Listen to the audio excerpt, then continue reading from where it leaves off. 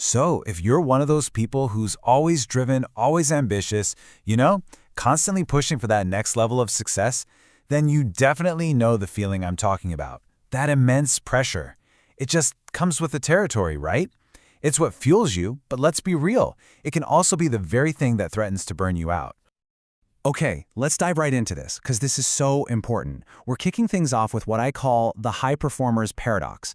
Research is showing that the most valuable players on any team, the real superstars, are often the ones most at risk for burnout. It's wild. They thrive on that intensity, but they often end up paying a hidden price for it. So that begs the question, right? Why is the road to success so often paved with just crushing stress? And maybe more importantly, how do we navigate it without totally sacrificing our health or ambition? Well, that's the central question we're going to unpack in today's Explainer, using some really cool science-backed tools to help you build your resilience. We've got a pretty clear roadmap for this journey. First, we'll really define this paradox. Then, we're going to look under the hood at what's actually happening inside your brain when you're stressed.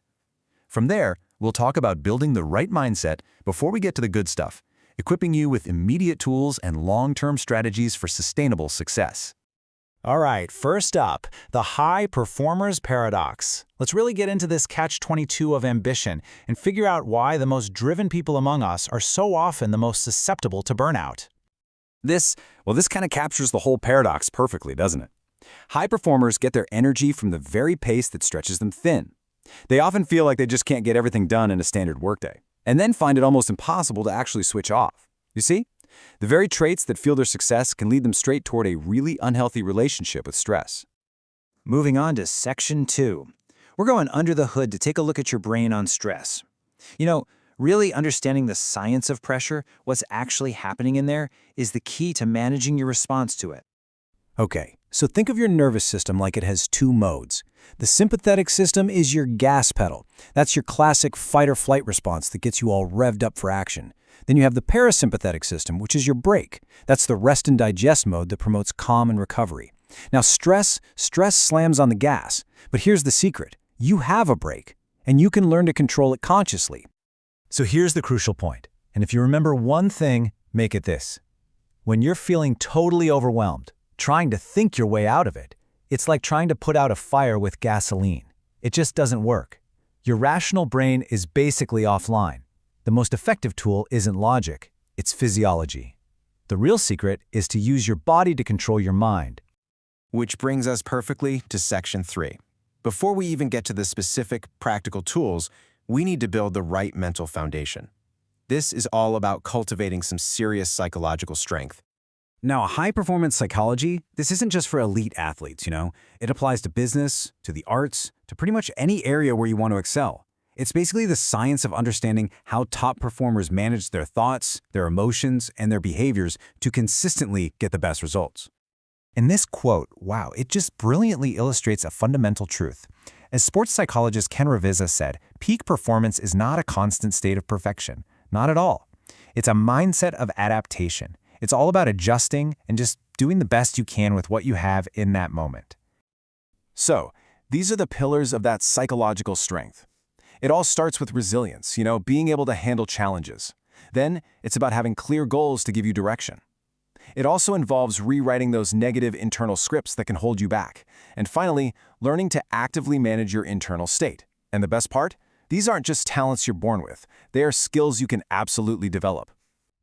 All right, Section 4, now we get to the super practical part.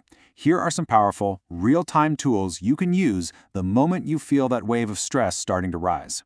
First up is something called the physiological sigh. It sounds fancy, but it's simple. It's a double inhale through the nose, so one deep breath, then another little one right at the top, followed by a long, slow exhale through the mouth. Neuroscientists have shown that this is our body's fastest, most hardwired way to calm the stress response. Seriously, just one or two of these can make an immediate, really noticeable difference.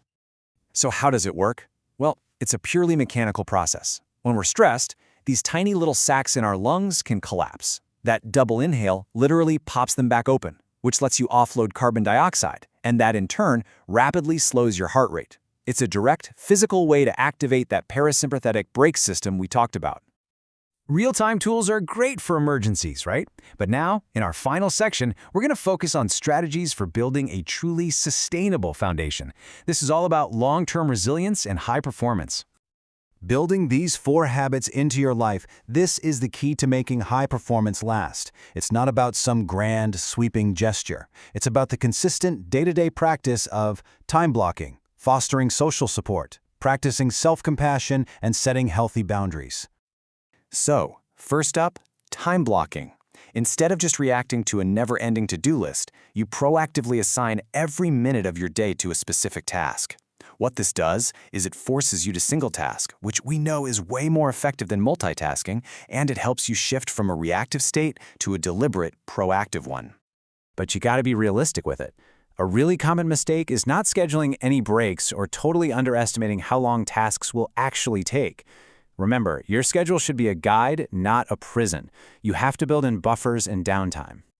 Next is the science of social connection. And this is not just a nice-to-have. Studies show that having strong social support has a direct physiological effect on you.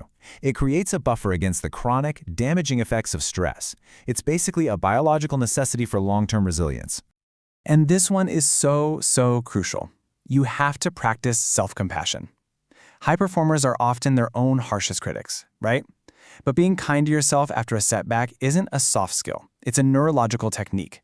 It actually activates the brain's self-soothing pathways, which lets you recover from failure faster and build real emotional resilience. Ultimately, this whole thing is about reframing our relationship with pressure. I mean, the goal isn't a stress-free life. Let's be honest, that's impossible. The goal is to manage it intelligently, to learn how to ride the waves so you can use their energy as a catalyst for your own growth. And that really is the big takeaway. By understanding the paradox, by harnessing your own physiology, and by building a resilient mindset, you can totally transform your relationship with pressure. So I'll just leave you with this one question to think about. What if stress isn't your enemy, but your greatest teacher?